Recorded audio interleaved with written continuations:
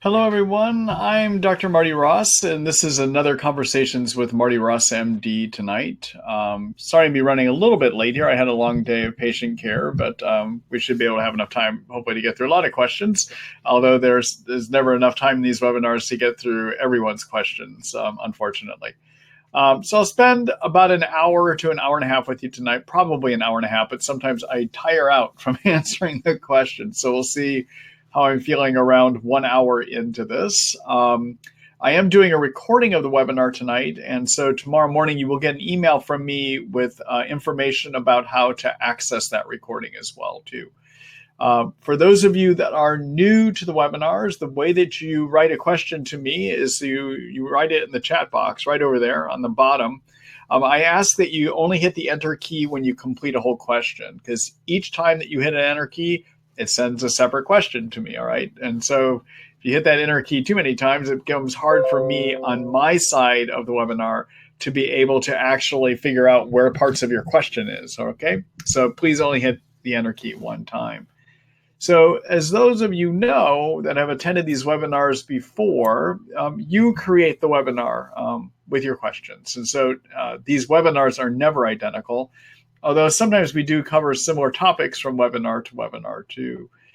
So let's see where this one goes. Sometimes we have a grouping of questions, and sometimes the webinars take on a theme, like a Bartonella night or a Babesia night. But we'll see where the questions go tonight.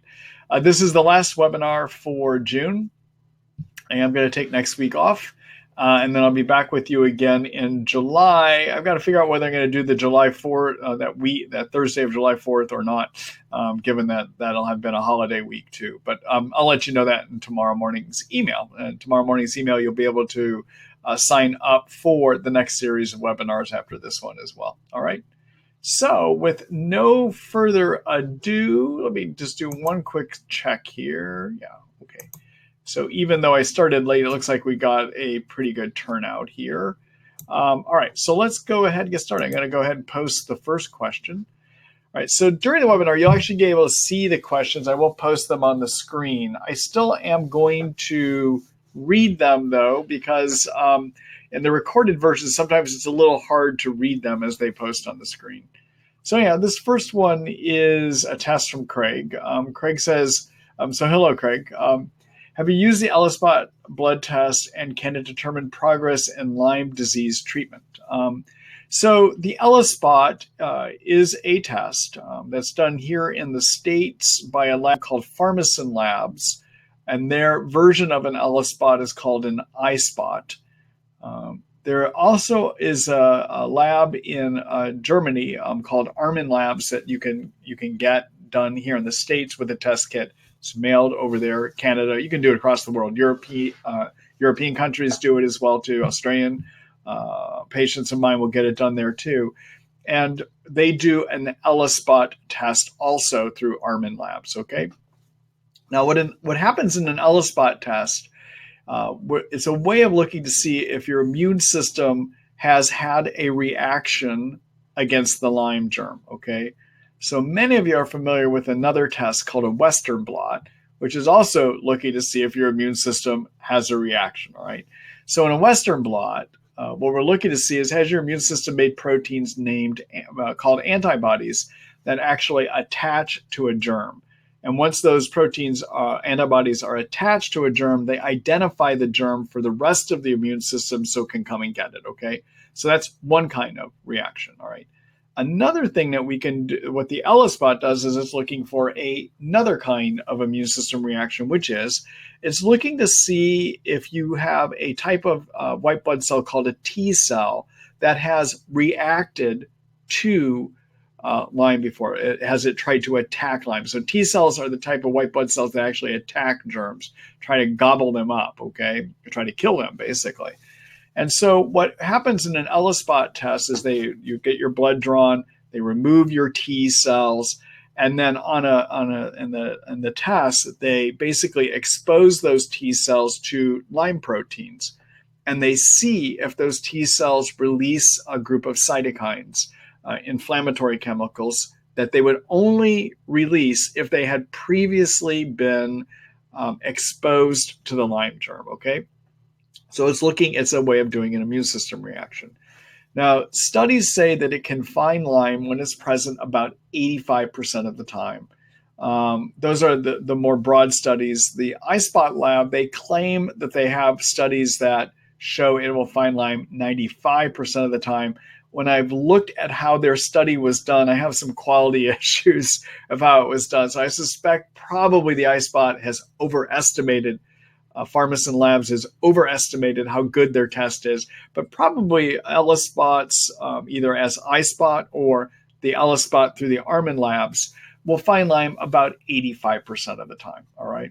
So it can find Lyme, and that compares its effectiveness at finding it, I would say, is comparable to what a Western blot test can do, which will the Western blot through Igenics, for instance, will find Lyme about 85% of the time. Okay, so they're comparable. Do I think it's a useful test to see where you are in treatment? No. I don't think we have any test that gives us an idea of how far we are in a Lyme treatment.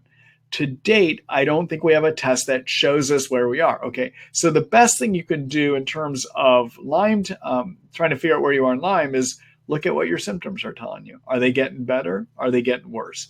Unfortunately, that is the best indicator. I also do not think we have a done test in Lyme, okay? Because the type of T cells, for instance, in these ELISpots that they're looking at, are memory cells, they're T memory cells. And so they will remember that you've been exposed. So even if Lyme is under control and it's knocked down, they may still remember seeing Lyme, okay? The Western blot test will often remain positive even when you're done with a Lyme treatment. So having the antibodies there doesn't prove you're not in remission, all right? All right, so one thing about Lyme, the Lyme germ that is, if you have Lyme and it's in you for a year or more when you start getting your Lyme treated, I don't think, even when we get you well, that we ever wipe out the germ in most people. And I'm not alone in that. A lot of the Lyme medical doctors believe that too. I think the best we do with treatment is to knock the germ under control so it's not having such a negative effect on you. Okay? So and that the immune system can then step in and keep it under control. So when we're done with treatment, I know some of my colleagues like to see, is the Western blot still positive? Well, I'd expect it probably still would be, because I think the germ is still in you. Also, there have been studies done with the Western blot specifically that look at what happens with Western blot, even with somebody that has known symptoms that are still going on. And the Western blot can go out from being positive to negative, back to being positive again. So it'll come into positive and then be negative and then not be positive. So even if you don't see antibodies there, it doesn't mean the germ is gone. It just may mean the immune system is not reacting at that point in time, okay? So my opinion is we don't have a good where are we test. And the only way we really can decide if we're done treatment is to look at your symptoms. So what my standards are in trying to determine if I'm done with treatment is one of two conditions. And this is for people with chronic Lyme, okay? So my standard is to treat until somebody is 100% well for 2 months. Or if I can't get them back to 100%, to treat them until they're at a good place for about 4 months. And no matter what I do to try to move that treatment forward, to do a bunch of stuff that I try to do to get people better, if none of that works and they're at a good plateau for 4 months, then I'm saying I'm done too, okay? All right, because sometimes when you treat Lyme, there can be permanent injury that remains, okay?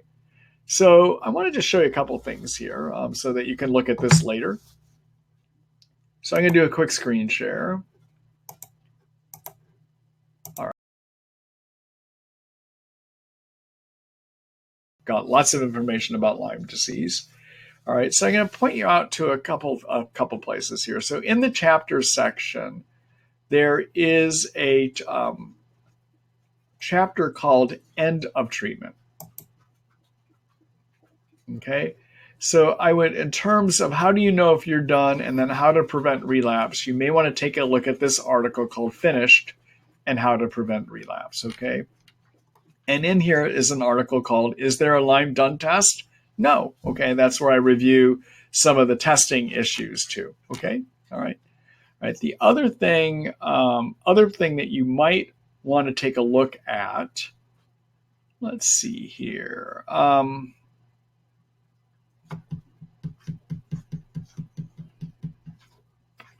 There is a, I just blanked. There was something else I was going to show you. But anyhow, this is the Treat Lyme book. This is the chapter I have about what to do at the end of treatment. Okay? All right, let me go back here.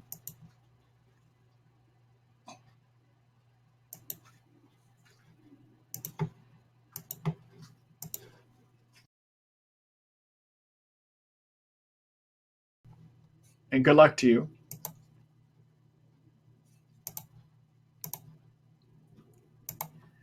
Hello, Brenda. Thank you, Dr. Ross. I am having shortness of breath when bending over. I'm also having dull, numb sensations in my head, arms, and legs. Is this Lyme disease or something going on with my heart?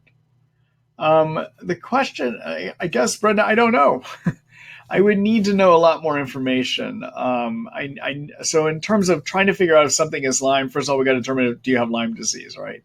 And there's 4 things I look at. One is, what's the risk of getting it? I mean, have you had a known tick bite? Are you exposed to ticks possibly? Have you had a sexual partner that might have Lyme? So I'm going to look at issues about, could you have gotten it? Number 2, I'm going to go through a whole list of a bunch of symptoms, and I can't tell from what you've just told me here whether you have enough symptoms to call it Lyme. Number 3, I'm going to look at a physical exam, and then number 4, I'm going to look and see, is there any supportive testing? So I don't know from what you've just told me here, and I would need to do much more of a give and take with you to be able to figure that out. Okay? All right. So if you're looking at the information about how do you figure out if you have Lyme, there's a more detailed article that I have about that.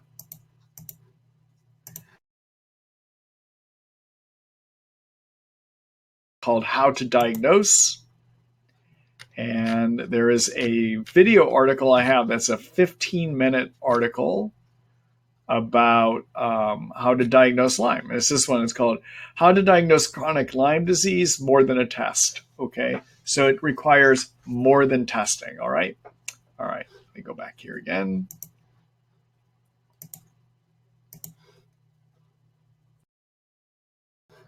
All right, there you go. Sorry about that, Brenda. Oh, if you are wanting to get more specific information, one thing you could do is you could actually visit that I have, okay? So you'd go to the Treat Lyme book, you'd click on this online consult tab here, and it brings up my page, which describes how my consult service works, where I can visit with you over the internet, basically, okay? And the only thing about this service, read the whole thing. I talk about how it works, and I talk about, there's a disclaimer about some of the shortfalls of this, okay? But the biggest thing about this consult, if you want to do it, that I just want to make you aware, is that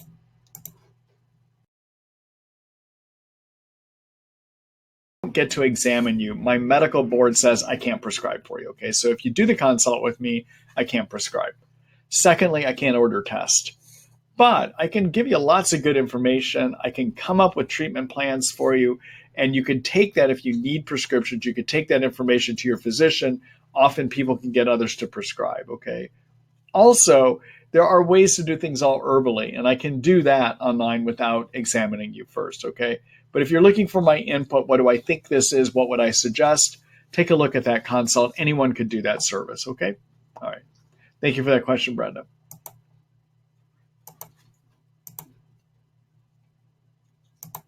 Hello. Let's see. Hello, Sherry. Let's see. My Lyme literate medical doctor has discussed using Dapsone in a protocol to fight my chronic Lyme 4 years into treatment. Have you used it, and have you found it successful in chronic cases? So I am using Dapsone these days, and I'm still I'm seeing some success, but I'm still, the jury's out in terms of whether I think it's going to be the big thing that helps people or not. Okay. So let's talk about Dapsone and where your Lyme literate medical doctor is getting the idea from. All right. So many of you may be familiar. There's a physician out on the East Coast, a guy named Richard Horowitz, that treats Lyme disease. He writes about Lyme disease, got a couple books out about it. And about November of 2016, I believe it was, he published a paper based on some research he had done in his practice. And in his practice, what he had done is he took people that were having Lyme that was difficult to treat, and also Babesia. Some of them had Babesia too. And he enrolled them in a study. And so he took 100 people. So it's a small study. It's hard to conclude when we look at things that we learn in studies of 100 people.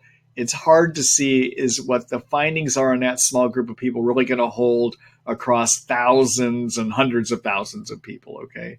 But what he was able to show in his study, he put everyone in that study on Dapsone and had them on various other antibiotics. The only thing that all 100 people were on that was identical was the Dapsone. They also all were on various other antibiotics, many of them antibiotics that work inside of cells. So these would be things like rifampin, clarithromycin, azithromycin, minocycline, doxycycline. Those were a lot of the antibiotics that he was using in those 100 people, okay? Now, why did he choose Dapsone? Well, so he chose Dapsone because he is aware of some recent research that shows that the reason some people may not get better from Lyme is that Lyme has the ability to develop into something called a persister cell.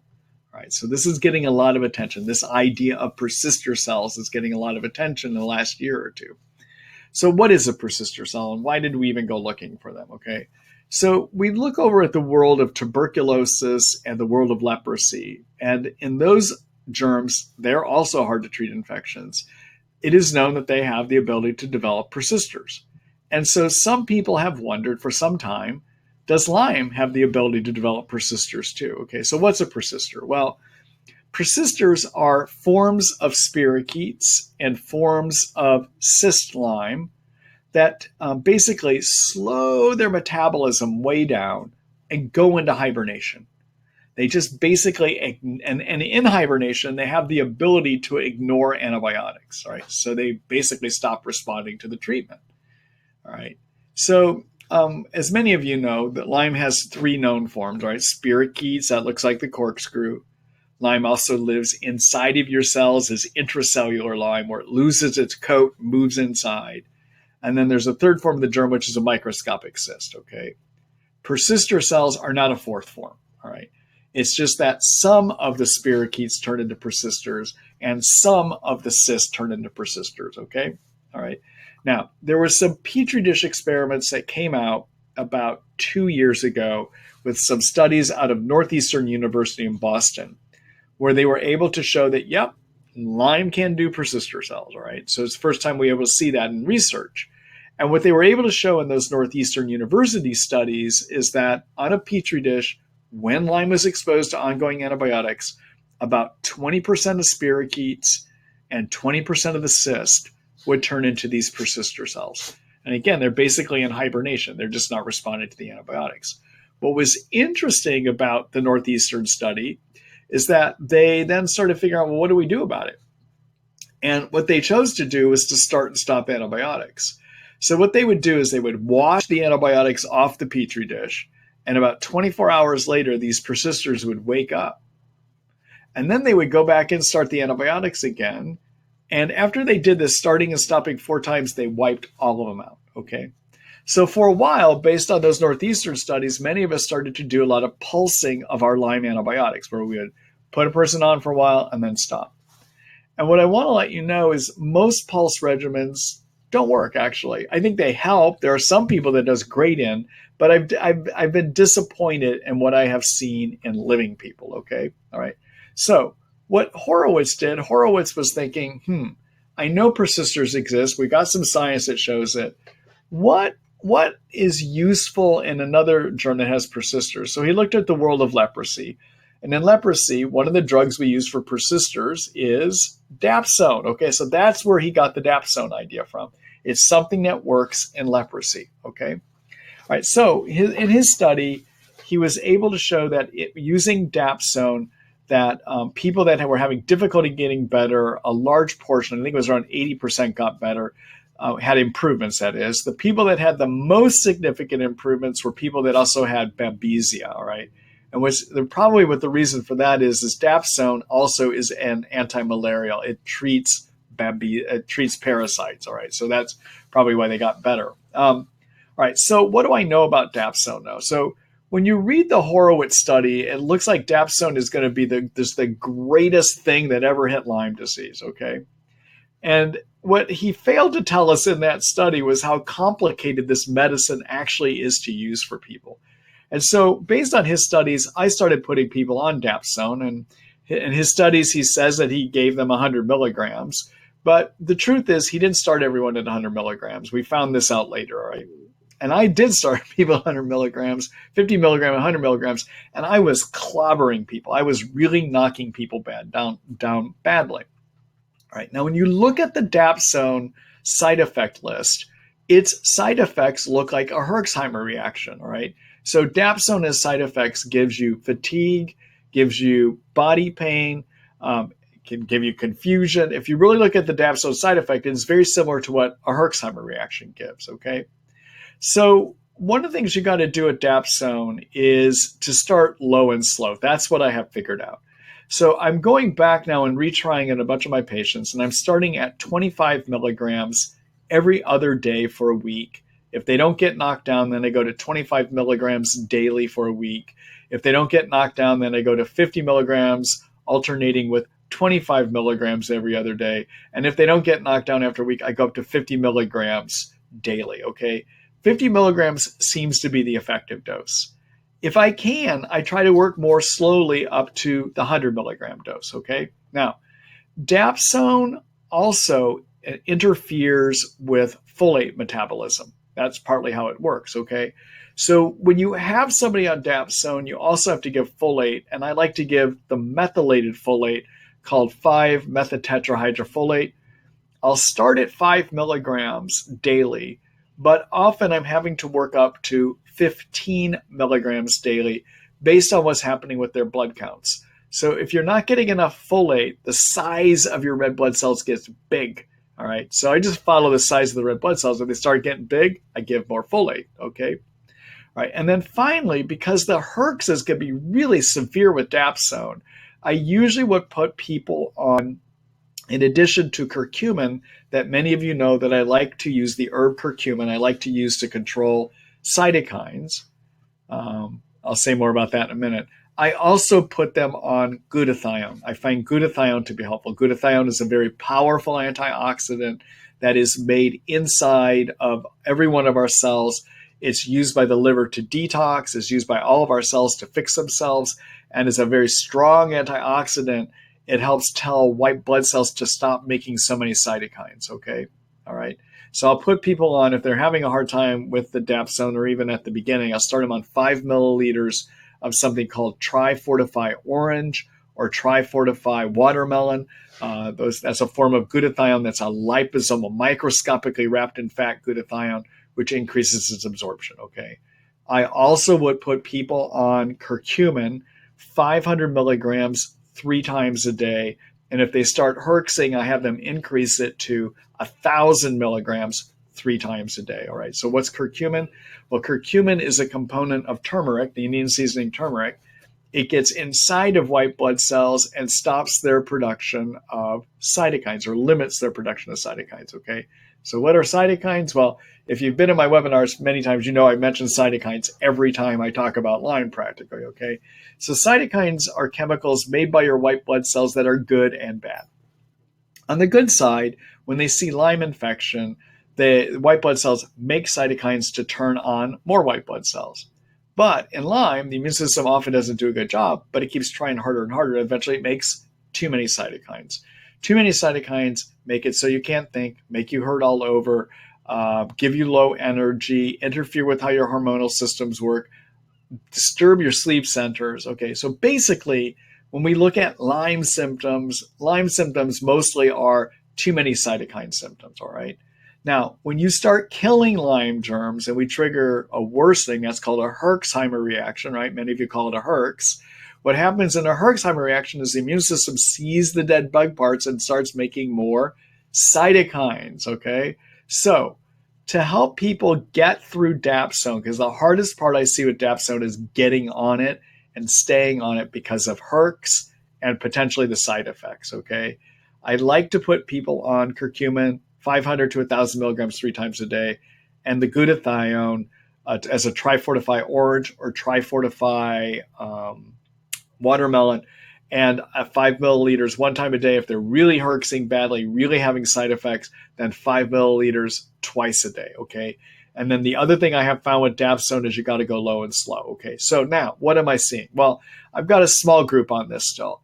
I am seeing that as long as I go low and slow, there are a group of people I have that were having a hard time getting better are starting to get better, okay? All right. Now, one more thing, and I know this is a really long response to your question. In addition to doing Dapsone with some of my protocols for persisters, I'm also doing something else. So there is about persister cells, as I said, they slow their metabolism down, okay? So there is a researcher out of Johns Hopkins University in Baltimore, Dr. Zhang, who life work prior to what he's doing now had been devoted to looking at tuberculosis. And he now has refocused his lab's efforts into looking at Lyme and what to do about persister cells, okay? And he's been doing some petri dish experiments, and he has shown there are 3 antibiotic regimens that can work against persister cells. But what is interesting about his studies suggest that pulsing does not work, that you want to use these things continuously. And of the various options he's tried, the only one that's really easily available here in the States is to do either IV ceftriaxone or oral cefuroxime. So either one of those, IV ceftriaxone or oral cefuroxime, along with a sulfa antibiotic called Bactrim, along with a tetracycline called doxycycline. Those 3 antibiotic combinations can help treat persister cells, okay? I am using that regimen in my practice and finding benefit on that as well, too. So these are just some various ideas, okay? The 2 major ideas I'm looking at right now for persister cells, especially my patients that are blocked in their treatment, is the Dapsone, which is just a hard drug. It's a hard treatment, okay? Or doing doxy, cefuroxime, and Bactrim in people that don't have sulfa allergies, okay? Those are the things I'm looking at this point. Interesting enough, Bactrim, which is a sulfa allergy, and Dapsone is also a sulfa medicine as well too. So they may have similar ways that they work in terms of helping with persisters, okay? All right. Good luck to you. I hope that gives you some useful insights. I would say I'm still learning how to work with the medicine, okay? All right. Oh, let me do a quick screen share. I just want to show you one thing.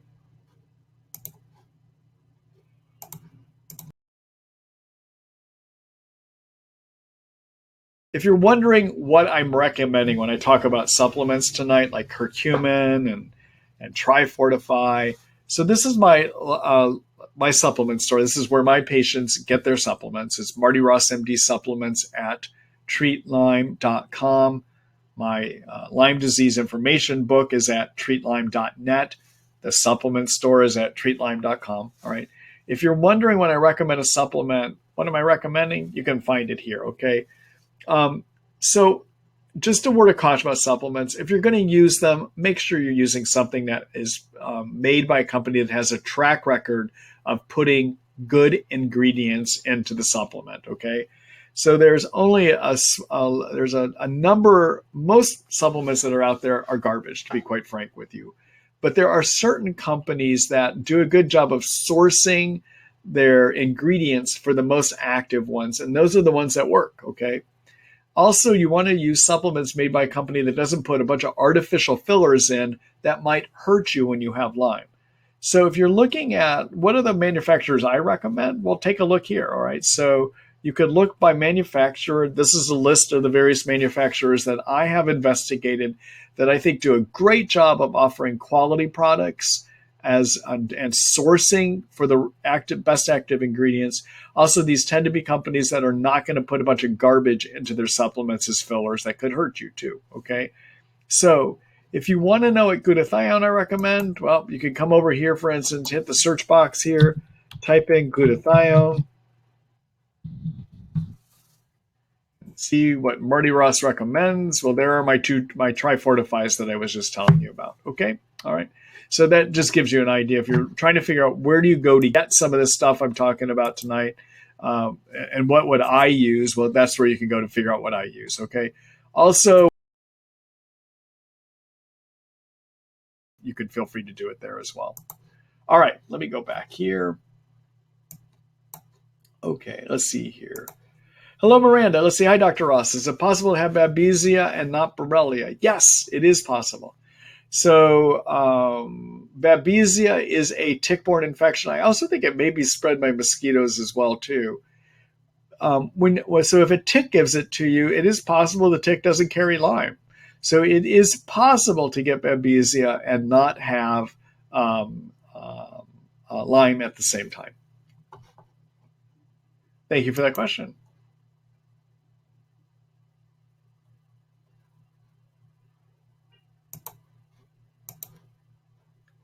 All right, let's see.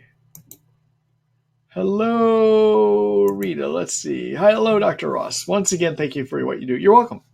A question regarding Bartonella. Seeing it is a fast replicating organism, is it a bad idea to try to pulse antibiotics such as a few months on, then a few or one off? Yes, it's a bad idea. So I know that some of my colleagues like pulsing. If I am going to pulse, I will. Sometimes I'll do a 4-day on, 3-day off pulsing for the Lyme germ, but not for Bartonella and not for Babesia, okay? So I still do. Remember, I was just telling you a few minutes ago about the Northeastern University study that said for persisters, if you woke them up long enough by stopping antibiotics and then you came back in again and started treating, you could deal with persisters. I know there's another study, Zhang studies say something different than that. You should use antibiotics continuously, but sometimes I will because everybody's different, all right? So sometimes I will have people that will respond to pulsing. If I do pulse, I'm going to pulse 4 days on, 3 days off. That tends to be the regimen that I like to do, okay? That's a short pulse, all right? And but keep in mind that Bartonella replicates every 24 hours. So if you're going to pulse for Bart, it makes no sense. The germ is going to come back. It comes back too fast, all right? Lyme, on the other hand, replicates slowly. By some estimates, every 4 weeks to every 8 months. That's slow grow and stop. So in the period that you're off, it's not rapidly coming back to assume the space, okay? But Bartonella and Babesia, they replicate fast. You do not want to pulse your Bart and Babesia antibiotics. And I just do not understand my colleagues that do that with some of their patients. I think it's the wrong way to go. All right. All right. Good luck, Rita.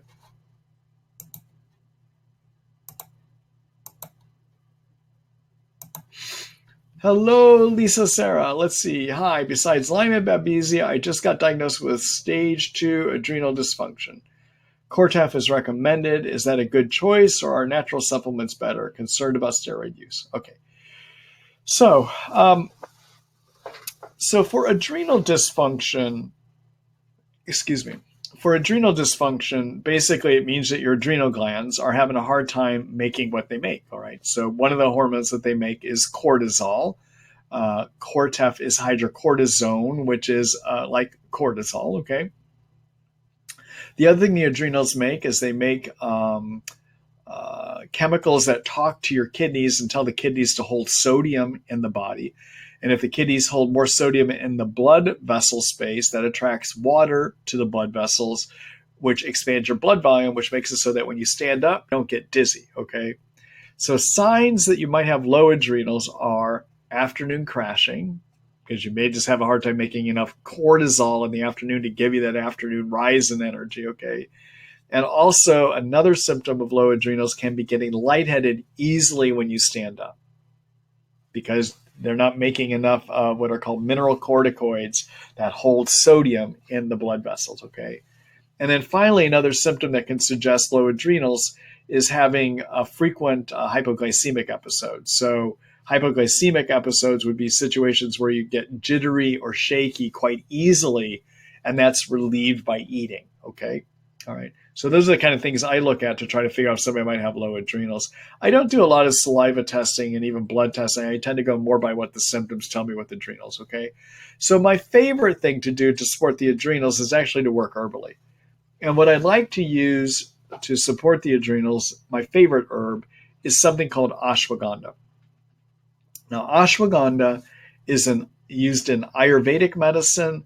It's also used in Chinese medicine, and has been observed in both of those styles of medicine for centuries to give people better energy. All right. We don't have human studies that show that it does that, though. However, we do have animal studies, and the animal studies do show that you get better thyroid function as well as adrenal function. All right. And by being an herb, it actually supports the whole adrenal. So it's helping the adrenals to make cortisol, like hydrocortisone, like the Cortef. Okay. It also helps them make the mineral corticoids, which Cortef is not a mineral corticoid, and it just helps the whole adrenal function to work better. All right. So my preference is the ashwagandha, and I usually start at 400 milligram pill to a 500 milligram pill, and I'll have people take 2 pills in the morning and 2 pills between 1 and 2. All right. Now, it is okay to try the Cortef, but my preference is not to go there. All right. All right. So many of you probably know we always talk about in Lyme, do not use steroids, right? Because steroids like prednisone may suppress the immune system, allowing Lyme to get more active. All right. Cortef is a steroid, but it is not prednisone. All right. So our adrenals naturally make a certain amount of steroids, all right? And so we can give you the same amount that your adrenals make without suppressing the immune system. In fact, we need a certain amount of steroids in us, like cortisol, to help our immune system work well, to give us energy, to help rev us up, to just help us do better, okay? So you could do Cortef even up to 30 milligrams twice a day, and that still is going to fall on what is known as physiologic dosing, the amount that we would expect your adrenals to be able to make on their own. So that is not suppressive, the immune system dosing, okay? So it's safe to do. However, the problem I have with just using Cortef is it's not supporting all of your adrenal glands. So if your adrenals are having a hard time with cortisol, they're probably having a hard time across the board. And the ashwagandha is going to get in there and help and across the board, okay? Now, there are other herbs you can use to support the adrenals. So there's rhodiola, Siberian ginseng, cordyceps. These are things that you can use to support the adrenals too. I tend not to use those, though. The reason I tend not to do a rhodiola or a ginseng or a cordyceps is they're too energetically hot. They're too stimulating, okay? So many of you may know about Chinese medicine, about the concepts of yin and yang, okay? So yin is supportive, nutritive energy, all right? It gives you the substance. It's female energy, all right? Then there is yang, that boisterous kind of fire, male kind of energy, all right? So you need a balance of both. You need adequate yin and adequate yang, okay? In Lyme disease, many of us are just so wasted with our Lyme that we are yin deficient. And if you don't have enough yin here to hold all this yang energy down, guess what happens? All this yang energy takes off. And if you could get too jittery, too shaky, too nervous, too anxious, okay? So the problem I have with ginseng, cordyceps, and rhodiola is they are hot herbs. They're yang herbs. And you don't have enough yin to hold them down. So often people on a rhodiola, on a cordyceps, on a ginseng are going to get too jittery and shaky, okay? But ashwagandha, on the other hand, tends to come in between yin and yang. It's neutral. It's not going to be too stimulating. It's not going to be too yin, too supporting, okay? It's going to be right in the middle, okay?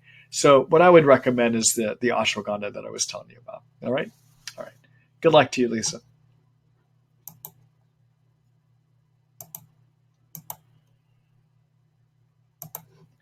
Hello, Iona. Let's see. Hi, Dr. Ross. Have you used meropenem in your treatment before? If so, what types of people are considering this option with? As well, are you using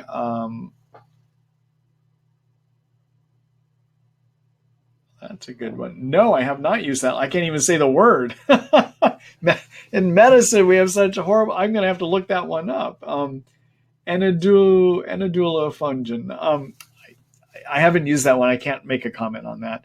I will tell you when I get into what I like to use if I get into yeast that is hard to treat is to do something called amphotericin. That is my preferred way of treating that type of yeast. The meropenem is in the same family as something called imipenem. So that falls into a group of antibiotics that treat the cell wall of the cell wall form of Lyme. So spirochetes have a covering on them called a cell wall. The things that treat cell wall Lyme are ceftriaxone, which is an IV antibiotic, any of the cefuroxemes, the azathioprines like meropenem, imipenem, they're going to treat the cell wall. Penicillins like bicillin shots will treat the cell wall, okay? Vancomycin will treat the cell wall, right? Where do I prefer to start? Well, meropenem is newer. It's going to be very expensive. I still like starting if I'm going to do IV antibiotics, which is less than 5% of the time. I think you could do 95% of the time, you could treat Lyme without IV antibiotics, all right? The East Coast docs here in this country are really all set on doing IV antibiotics. Out here on the West Coast, we tend to do a lot of oral antibiotics. No one's done studies to know who is right. So the East Coast school is to do IV, West Coast school, go oral. I think you do well with oral 95% of the time, and you don't need to go to the IV antibiotics, all right?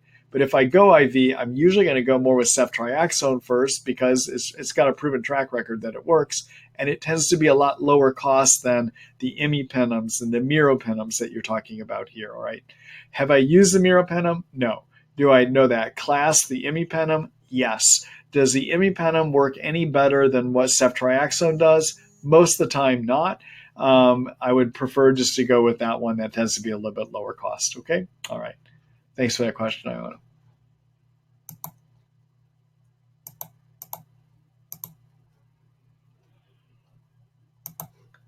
Hello, Steve. Hold on here just a minute. I'm getting buzzed here and I got to see what this is about. Just a minute.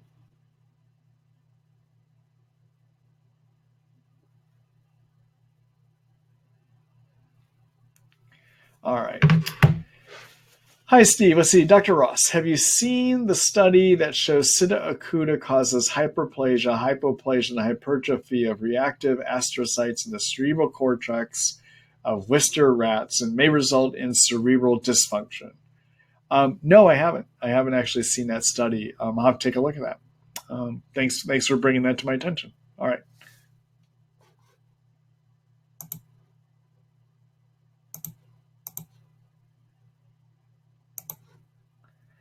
Hello, Michelle. Can I use grapefruit seed extract with cat's claw and otoba bark? Yes, you can, but you don't need to. So to answer your question, yes, but I don't suggest it. You won't hurt yourself, but I don't think you necessarily need it. All right.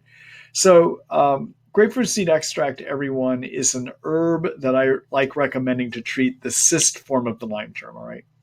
Some of my colleagues think it may work against biofilm. I'm not so sure about that, but it will help treat cyst Lyme. Is almost as potent as our strongest anti-cyst agents, which would be Flagyl, which is also called metronidazole, or Tindamax, which is called tinidazole. Okay, so it's almost as strong. Grapefruits. All right. So, and then your cat's claw and otoba bark are also sold as cemento, cat's claw, and a product called a banderol for the otoba bark. All right. So there are petri dish experiments that show that banderol and cemento, or cat's claw otoba bark, are useful against treating all three forms of the Lyme germ. And on petri dish, they were shown to do quite well individually killing all three forms. And you put the two together, there's a whopping kill that can happen. Okay. And so they actually do well against cyst Lyme. So because if you're going to do otoba and cat's claw, you're already on something that's doing a great job against cyst Lyme. You don't necessarily need to add another cyst agent in. You're not going to hurt yourself doing it, but you don't need to add another one, okay? Also, according to those petri dish experiments that got published about 6 years ago, cat's claw and otoba bark extract actually do a great job at removing 100% of biofilm, all right? So they're great at removing the slime layer. I don't think that your grapefruit seed extract would do that as well. All right. All right. So thanks for that question, Michelle.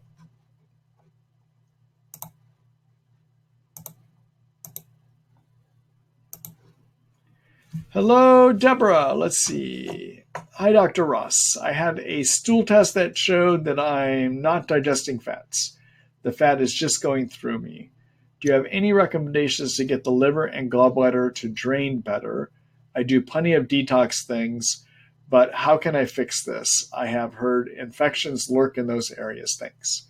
All right. So, Deborah, what I would be wondering about, and I probably would need to ask you a lot more questions to help figure out if this is so, but so your digestion in your intestines has a number of things. First of all, your pancreas or your stomach, first of all, makes acid that starts to break things down. Okay. Then that food moves into the small intestines where it mixes with enzymes that are made by the pancreas. All right. So your pancreas makes lipase and amylase and proteases. The lipase and amylase help break down fat. All right. And also your gallbladder makes bile or the liver makes bile that is moved into the gallbladder. That bile is released out into the intestines and mixes with fats to help start breaking them down too. All right. Then all that food that is partly digested then has to get further digested by healthy bacteria that line your intestines, okay? And the problem that many people with Lyme have, especially after they've been on antibiotics for a while, is they don't have the healthy bacteria anymore. They get into a situation called dysbiosis, all right? Also, an extreme dysbiosis, you could have yeast move in and start taking over territory from those healthy bacteria, and that could lead to further problems as well too, all right? So, and it is still possible that maybe as a result of Lyme, you're just not, your pancreas is not working well enough to help digest the fat. Also, if you don't have enough bacteria to help digest that fat, you're going to have fat left over too. All right. So what would I do? Well, first of all, I would consider, do you have too many yeast? And the big questions I look at is, do you have a lot of sugar cravings? Are you having intestinal gasiness and bloating? Do you have vaginal itching, vaginal discharge if you're a female? Do you have increased acne or pimples? So the reason what happens with too many yeast is they release toxins into the bloodstream that interact with your skin, leading to pimples and acne. Okay, so I would look for all that. And then if you do have too many yeast, you need to get on an anti-yeast medication. Okay. But the other thing you want to do is make sure you're populating your intestines with good bacteria. Whether you have yeast or not, as part of dysbiosis, get on good bacteria. And you want, so to let everyone know, most of the probiotics out there are garbage. All right. So everyone uses probiotics. We all think we're doing great because we use probiotics, but most of the stuff that you're getting at Whole Foods, most of the stuff you're getting wherever you're getting it, is probably garbage. It doesn't use strains that are proven to repopulate. So there are certain product brands that do a good job with strains that repopulate. And so what I like using are either a product made by Royal Genestra called HMF Forte, and that is because they have strains in them that are proven to repopulate. Okay, that's why I use them. And if you do an HMF Forte, if you've got this kind of an indigestion problem, I would start at 4 pills 1 time a day. I would also consider populating with soil-based probiotics as well too. That is bacteria that come from the dirt, okay? Now, why would I do that? Well, because they probably do a better job of digesting and they do a better job of chasing away yeast. That's why I would do it.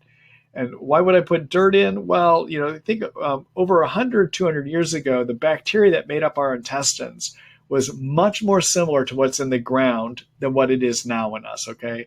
And the reason it was more similar to the ground is we used to walk outside of our cabin, go over and pull our beets out of the ground, wash them off, and guess what? They still had soil residue on them. And with that soil, we would get good bacteria, good enzymes from the soil as well too. Now we're so far removed from our food sources and our foods are radiated, washed off, everything else, that we don't get that healthy bacteria. So I like using either something called Corebiotic or something called Prescript Assist Pro, all right?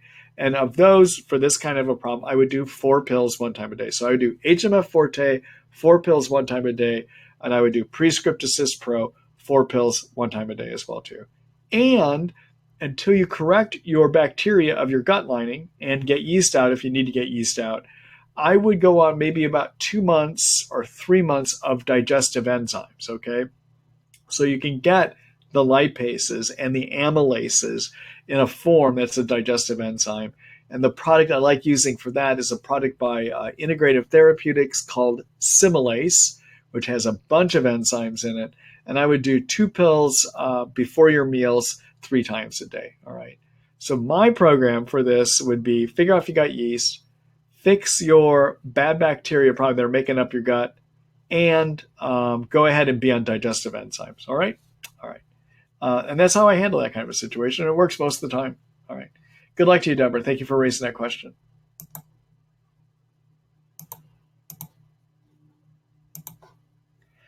Hello, Danette. Let's see. Can Lyme resurface in the body when the body's immune system is down? I had chronic Lyme, was treated, then got tick-borne relapsing fever or Lyme, but it was from a soft tick nymph. Doctors have been baffled as to which I actually had. Had to be hospitalized with very low blood pressure. And I had 2 positive Lyme tests. There's a second part to her question that I can read there. All right. So the issue is with Lyme, if you've had it in you for a year or more when you first start getting treated, even when we get you well, I don't think we wipe it out. So it could be in you, kept under control by your immune system. So yes, if you have something that suppresses the immune system, it is possible that Lyme could take back off, all right? So what's the number one suppressor of the immune system? Stress, okay? Major life events that lead to stress can suppress the immune system, all right? Also, if you start getting repeat viral infections, that can sometimes suppress the immune system. And just sometimes the immune system just wears down and Lyme will get more active, all right? So it is possible that you've had a relapse in your Lyme. Yes, that is possible. Because even if you get started in your Lyme treatment the first month after your tick bite, as the infectious disease doctor recommend, they say you can treat for 2 to 3 weeks with antibiotics. I say 3 or 4. But even their own studies show that 10% of people with 1 month of antibiotics or 3 weeks of antibiotics, 10% will still go on and have symptoms, right? So that treatment may work. That our best situation and time to wipe out Lyme is if you start antibiotics in the first month that you get infected, but even that fails about 10% of the time, all right?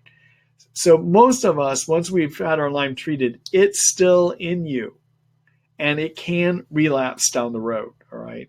In addition, if you had another tick bite, guess what? You may have had another hit. And it does not have to be a deer tick to spread Lyme. Non-deer ticks can spread Lyme as well too, all right? Or if you happen to have any kind of infection would suppress your immune system to allow the Lyme that may still be in you to get active as well too. All right. All right.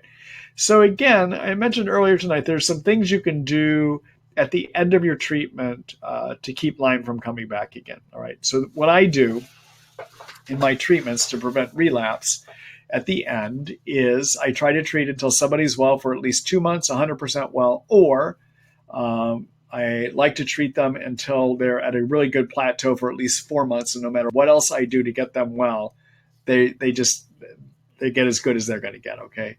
All right. So at the end of treatment, I like to advise people to keep getting their 7 to 9 hours of sleep a night. Schedule the time to do it. Even though if you're feeling better, make sure you get your sleep. Number one determinant of how the immune system works is getting adequate sleep. Adequate sleep is 7 to 9 hours.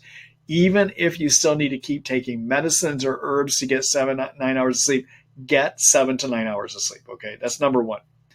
Number two, try to do movement. Try to do some kind of exercise if you can handle it. Okay, do the amount you can handle. All right, so you can have to exercise to tolerance. In the world of Lyme, if you over-exercise, you might hurt yourself. Okay, but you can find a level that you can tolerate. All right, that helps the immune system.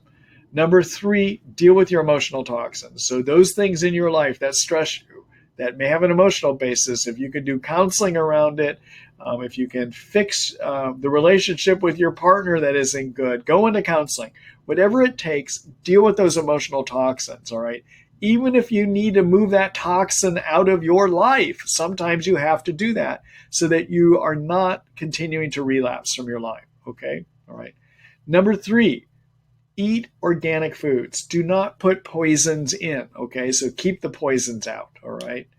Number 5, I think I'm at number 5. I usually will try to have people take something to boost the immune system at the end of treatment. And that could either be mushrooms or it could be something called transfer factors. Transfer factors are proteins that are made by the immune system that tell certain parts of the immune system to fight germs, okay? And you can do transfer factors that are targeted against Lyme. That's a transfer factor mix made by Research Nutritionals called Transfer Factor L+, and you would do 1 pill twice a day of that, okay? All right? And then finally, if I get somebody that had really, really devastating Lyme, one thing I may offer to them before we even get a chance to relapse, I may just say to them, we got you better. Maybe we should leave you on a low dose of an herb to help police the environment to keep that germ under control. All right. So for that, I might do like a banderol cemento I mentioned earlier tonight. And I might have a person do like 10 drops twice a day, 15 drops twice a day, instead of the 30 drops twice a day that I work up to. Okay.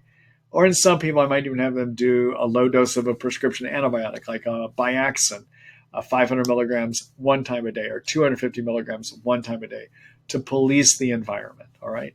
So those are some things that I will do to help prevent relapse when I know I'm done with treatment with somebody. Okay. All right. Now, if I get somebody that I've done all that and they relapse, but the thing I didn't do was leave them on either banderol cemento or the antibiotics. If somebody relapses after their first relapse, I am probably going to recommend that we get them on something to keep the germ down, which is either a banderol cemento or an antibiotic. So the first time around, we wrap up treatment, if they choose not to do a banderol cemento or they choose not to do antibiotics, which most people don't, I don't think you need to do that your first time. If they do relapse, then the second time, I will put them on some germ killers at a low dose to help prevent that relapse, okay? So that's just my way of going about doing it, right? So there's a couple of things I want to share with you here. I'm going to do a quick screen share here.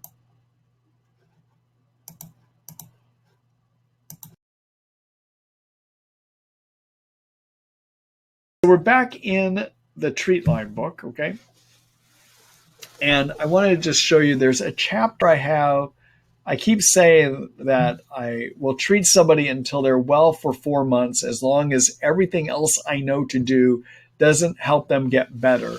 If they stay at that plateau for 4 months, then I say I'm done. Okay, so what are all those other things I keep talking about that you might want to consider if you're not getting better? Well, you can look for those ideas in my chapter called Can't Get Better, Do This. All right. So these are the ideas I have on things you could try to help improve how you're doing, okay? All right, so what you can do is you can try various detox treatments. You can try to remove biofilms. You can try to treat chronic virus infections. You might repair your mitochondria, which are the energy factories. You might try to make sure you didn't miss one of the co-infections. You might try to do some autoimmune illness treatments using low-dose naltrexone, for instance. You might do chronic inflammation treatments using something called LDI, and you've got to make sure yeast are out, okay? And I have individual articles on every one of those concepts here. So take a look here. If you're looking for the other ideas that might take you the rest of the way to getting well, I've packed it all into this chapter here, all right? And then the other thing I would show you is I do have a chapter called, relapse. Here it is.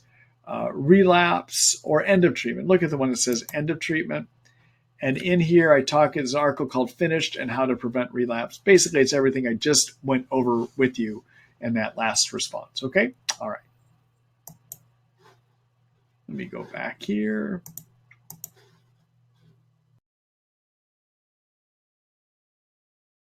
I know I kind of went in a different direction. Maybe you started with your question, but the answer is yeah, you could have had a relapse. Okay? All right. Good luck to you.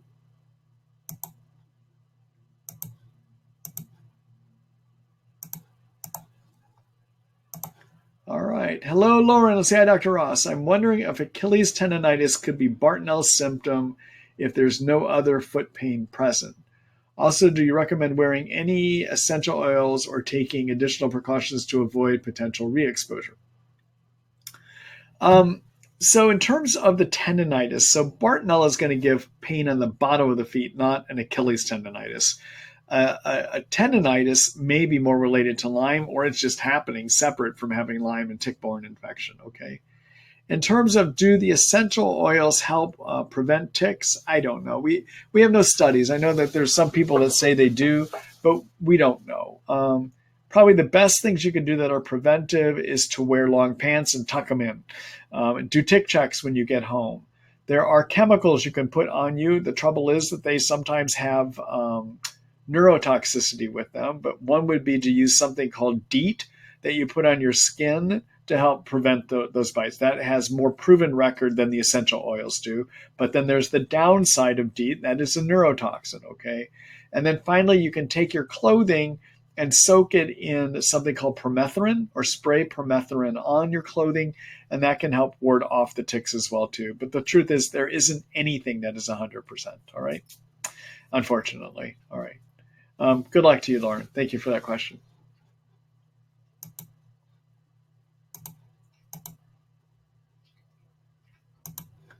Hello, Ali. Let's see. Hi. I just found out I have 2 strains of Babesia, 2 of Borrelia, and 1 of Bartonella. Is it common for people to have this many positive infections show up? How would you know what to treat first? Okay, so here's what we know. There's some studies done here in the United States on the East Coast, and I'm looking more at New Jersey studies, okay? So Jersey studies that I have seen show that approximately, right now, about 100% of ticks out there carry Lyme. That's pretty sad. I mean, that's worrisome, actually, all right? And of ticks that carry Lyme, studies show that approximately 70% carry 1 co-infection, and at least 50 to 60% carry 2 co-infections. So out east, not out here in Seattle where I am, but out east, it is very common that you're going to have at least 3 infections. It's extremely common, okay? Where do you start? Well, I usually will start in people that are multiply infected. I'll start by treating Lyme and Bartonella, unless the Babesia symptoms are just super severe, okay? Now, why do I choose Bartonella before I choose Babesia? Well, the reason is based on the observations of a colleague of mine, Joe Burrascano. Many of you may know the name Burrascano. Burrascano was one of the pioneers of Lyme disease treatment here in the States. He is not treating patients anymore. He stopped doing it about 5 or 6 years ago, but he was in New York State. And Joe taught a lot of us to manage Lyme based on the things he learned in pioneering Lyme treatment. One of his observations in his practice is that when he had people that had Lyme, Babesia, and Bartonella, if he chose to treat Lyme and Babesia first, it made it more difficult to get the Bartonella out, okay? And so it's based on his observation that I will usually choose to treat Bartonella and Lyme first, clear the Bartonella, stop treating it, and then circle back and start treating Babesia after that, okay? Now, it takes around 4 to 6 months to get BART under control. Babesia takes about 4 to 5 months as well. The Lyme and Bartonella, there are actually a couple of ways that you can do a treatment plan that will have the same 2 antibiotics you used for your Lyme will work for treating your Bartonella, all right? And that is to use rifampin. Rifampin is one of the best Bartonella agents we have. Rifampin also treats cyst Lyme and intracellular Lyme, okay? So you pick up some Lyme treatment with that. And then combine it with an intracellular antibiotic, I would use either clarithromycin, which is Biaxin, or Zithromax, which is also azithromycin, minocycline, or doxycycline, coupled with rifampin is a full Lyme treatment, and all of those, along with rifampin, help support rifampin getting rid of Bartonella, okay? So you could start by doing that as a 2 antibiotic approach to deal with both your Bartonella and your Lyme. Now, why don't I start Babesia treatment right away? It's because there's just so much toxicity. This stuff, you're just dumping tons of poisons in, right?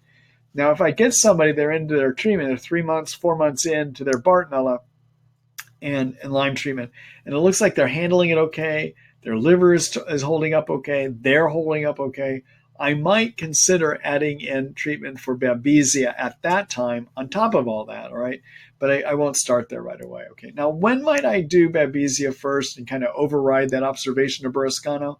Well, if I've got somebody that has minimal Bartonella symptoms, but it is Babesia that is just wreaking havoc in their life, it's probably Babesia I will go, but I don't do that routinely. I'm usually going to go Lyme and Bartonella first based on Burrascano's observations, okay? All right. Good luck to you.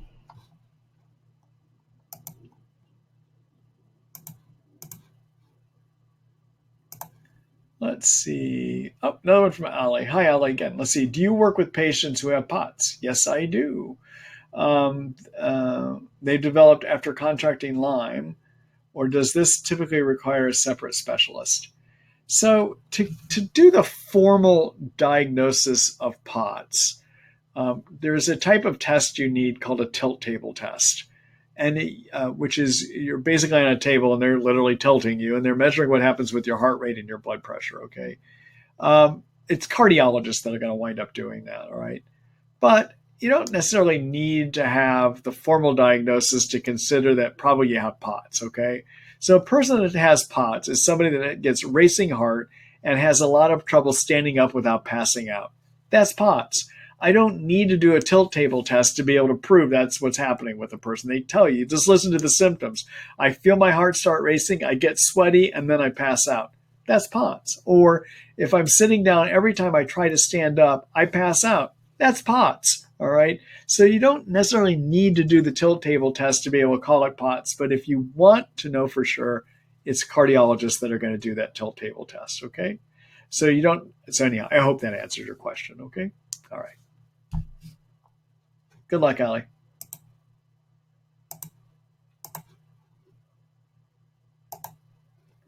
Hello, Arlene Neb. Let's see. My son has been on doxy, clarithromycin for 10 months plus Malarone 5 months plus supplements. Severe fatigue and insomnia still causing him to be bedridden. Are we too impatient or what should he do? What should he take now? Okay.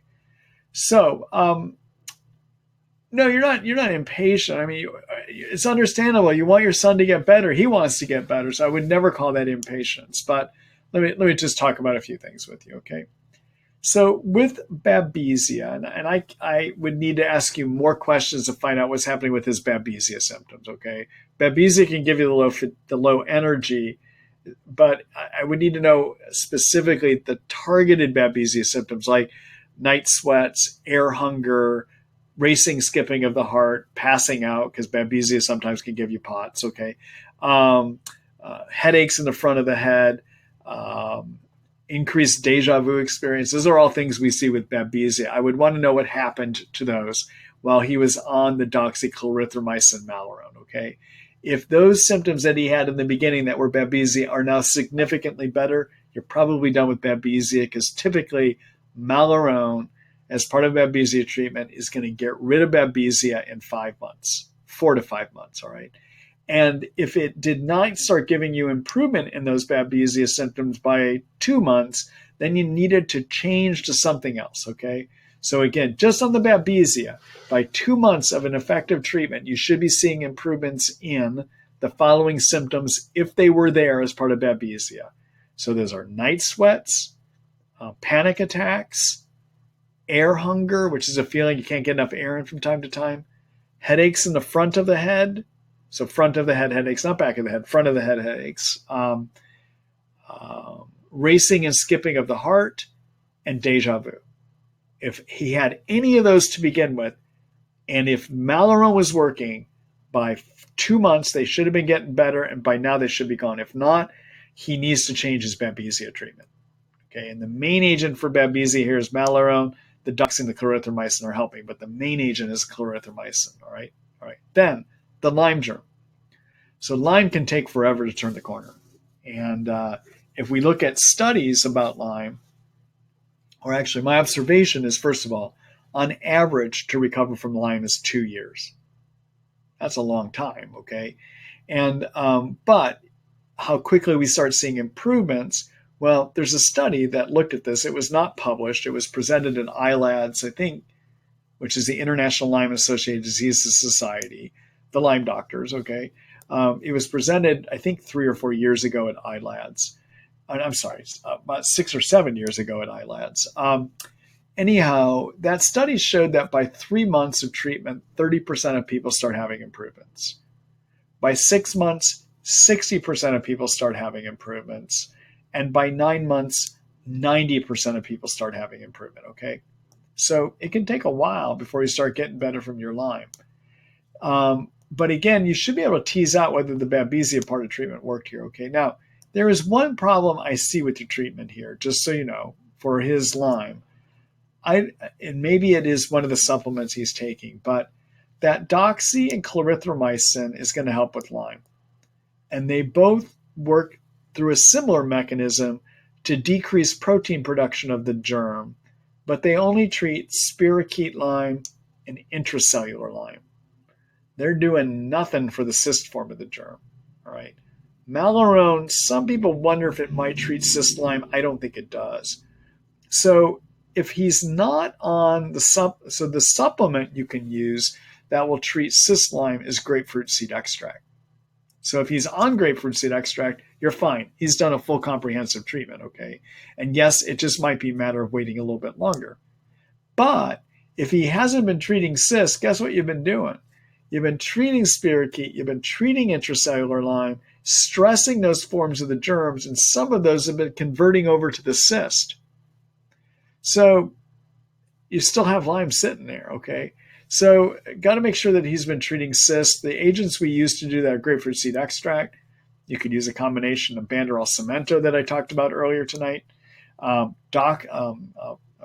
Flagyl, which is also called metronidazole. You could use tinidazole, which I'll call Tindamax, or rifampin, which we use for Bartonella, can also help treat the cyst form of Lyme as well too. Okay, all right. And if you need any other advice, I mean, I would need to ask a lot more questions to help figure out whether he should still continue on this for Lyme or not. Take a look at my one-to-one consult. I'd be glad to help you out through that mechanism as well too. I showed that to you earlier tonight. Okay, all right.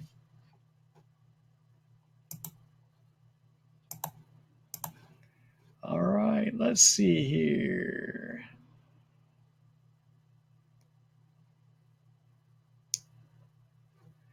All right. Listen, guys, I think I'm going to call it quits. I'm pooping out. I've had a long day here. I'm pooping out. I'm going to go ahead and call it quits for tonight. So we're able to do this for about an hour and 15 minutes. So tomorrow morning, you are going to get an email from me saying that recording is available and ready for you to watch. If for some reason you do not get that email, it's still there for you to watch. And what you need to do then is go to my Lyme disease information site, which is the Treat Lyme book, okay? And on the Treat Lyme book, there is a page that is on the webinars page, okay? And what you would do is click on the link on that webinars page to the recording, so you can watch that. Okay. So the email that says that that you'll get tomorrow morning should come to you somewhere between 6 and 6:30 a.m. Seattle time. Okay, that's usually when I'm able to get it out. After the webinar tonight, I got to go home and actually do some editing. so that's why this gets to be long days when I do these webinars. But so I'll edit up the video tonight and try to have it ready for you first thing in the morning so you can take a look at it. Okay. Also in that email tomorrow morning, you can go ahead and take a look at the sign up form that will be, or the sign up link that will be on there for the next series of webinars that I will have in July.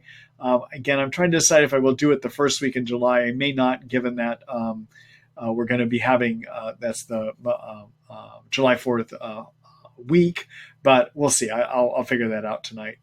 The other thing here in a second, I'm going to redirect you over to, if you're still here in the webinar, you're going to be redirected through your browser over to the Treat Lyme book.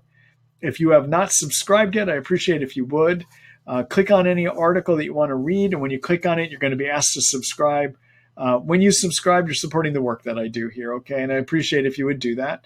And then I ask if you would please share about these webinars with people. Let people know. If you're getting benefit out of it, others can get benefit too. So anyone you know in your Lyme community, please spread the word, okay?